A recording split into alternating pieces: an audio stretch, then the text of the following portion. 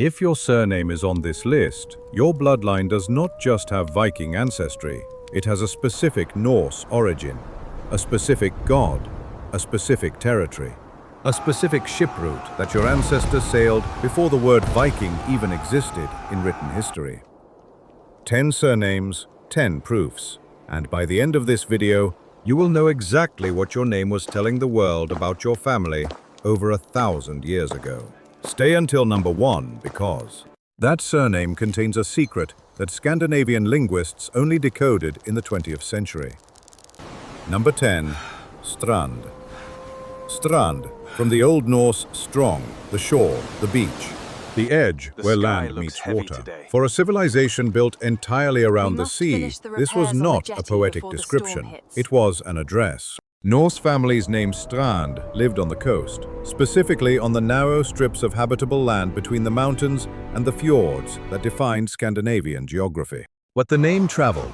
Norse settlers carried it to England, to Ireland, to Normandy, to Iceland.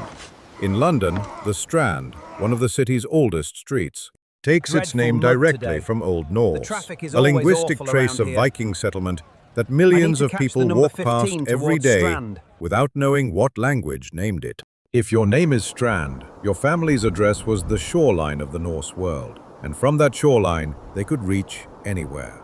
The next name sounds completely modern. You have almost certainly met someone who carries it. What almost nobody knows is that it encodes a specific rank in the Viking social hierarchy, and that rank determined everything about how your ancestor lived and died. Number 9. Thain. Thain. From the Old Norse then, a free man of rank. A warrior who had earned status through service to a chieftain or king. The Thain was not a slave, not a simple farmer, and not yet a Yarl, the Norse noble class. He occupied the middle tier of Norse society, a man who had proven himself in battle or in loyal service, who held land, who owed military obligation upward and commanded respect downward. The name entered English through the Viking settlement of northern and eastern England, the Danelaw, where Norse social structures were imposed on Anglo-Saxon communities. Shakespeare gave the title to Macbeth Thain of Glamis, Thain of Cawdor, because in Scottish history, the term survived longest in the north, where Viking influence ran deepest. If your name is Thain, your bloodline carries the rank of a man who had already proven something before anyone bothered to write it down. Number 8 goes directly to the Norse gods, not a metaphor, not a symbol. The name itself is a compound of a deity, and wearing it in the Viking Age was a declaration of divine allegiance that your enemies would have understood immediately. Number 8. Torvald, the thunder god, the protector, the most widely worshipped deity in the Norse pantheon, combined with Valda, meaning ruler or power, power of Thor. The name was not given casually. In Norse culture, naming a child after a deity was an act of dedication, placing the child under divine protection and simultaneously announcing the family's religious allegiance. Thor names were especially common among warriors and seafarers, because Thor was specifically the protector of mankind against chaos, the god who fought the giants at the edge of the world. The name Torvald appears in the Vinland Sagas, the Norse accounts of exploration in North America around 10,000 AD. Torvald Ericson, brother of Lithien, was the first European recorded as dying in North America, killed by indigenous people in what is now either Newfoundland or New England. If your name is Torvald, your bloodline carries the name of Tor, and a man who died on a continent that Europe would not officially discover for another 5 centuries. Before we continue, if you're finding this useful, subscribe to Origins Decoded. Every week, we uncover the history hidden inside the names people carry without knowing what they mean. Hit subscribe, and the next video will be waiting for you. Number 7 is a name that most people today associate with a Scandinavian country. It is actually older than that country, and the families who first carried it were present at the moment that country was being created by force. Number 7. Norman. The name given by the Frankish and English populations to the Norse raiders and settlers who came from the north. The Normans, who settled in northern France in the 10th century, given land by the Frankish king in exchange for stopping their own raids.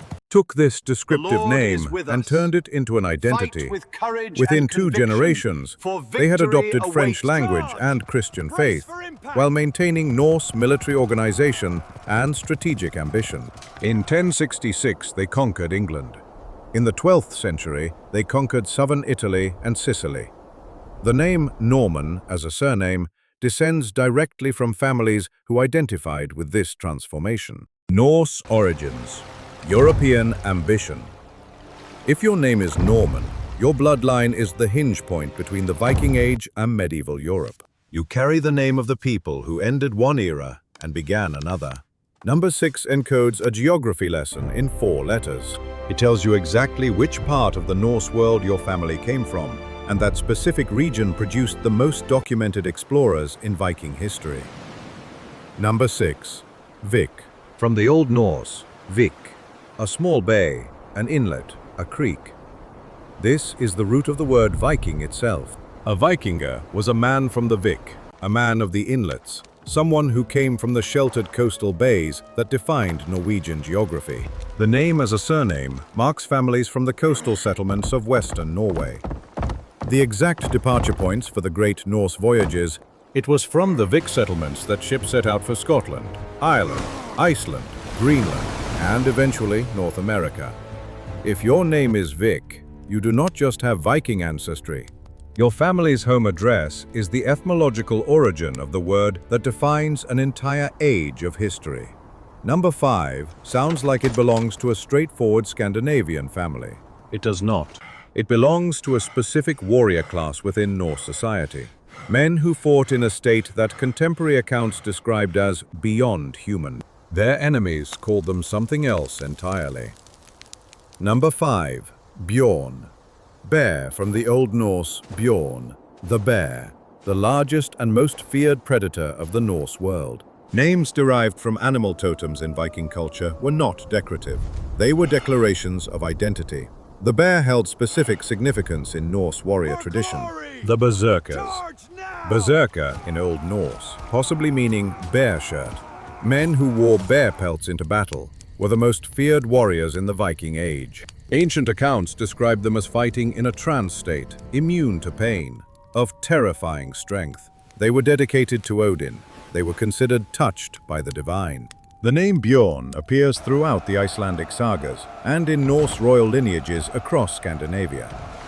Bjorn Ironside, son of the legendary Ragnar Lothbrok, led a raid that took Norse ships as far as the Mediterranean into the Strait of Gibraltar, reaching the coasts of North Africa and the Italian peninsula. If your name is Bjorn, your bloodline carries the bear and everything the Norse world believed the bear meant. Coming up, a name that crossed the Atlantic before Columbus was born.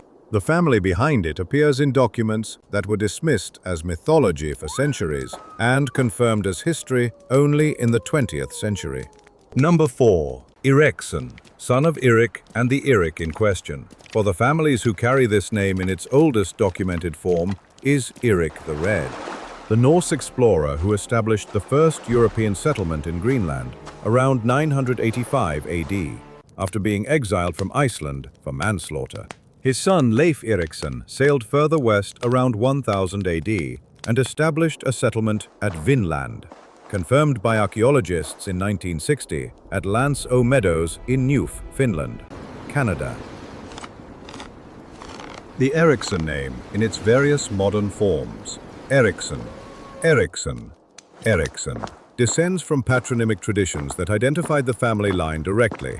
To be an Ericson in the Norse world was to be connected to a specific lineage of men who treated the open North Atlantic as a road. If your name is any variant of Ericson, your bloodline is documented in stone, in saga, and in soil, as the first European family to set foot in the Americas. Number 3 is one syllable. It sounds like a place. It is a place, but it is also a title, a rank, and a declaration of a specific kind of authority that the Norse world recognized above almost everything else. Number 3. Ill, the Norse noble. Below the king, above all others. The Yarl commanded warriors, held territory, administered law, and represented the highest secular authority in Norse society, outside of royalty. The title was not inherited automatically. It was confirmed by a king or earned through conquest. Jarls, who appear in the historical record, include figures who controlled entire regions. The Wise of Orn ruled the Scottish Islands as a Norse domain for over 4 centuries. The English word earl derives directly from Jarl, the linguistic transformation that happened when Norse settlers in England adapted their own title to Anglo-Saxon mouths. If your name is Jarl, you do not carry the name of a common man. You carry the title of the Norse ruling class, a word that entered the English language so completely that it became a different word entirely.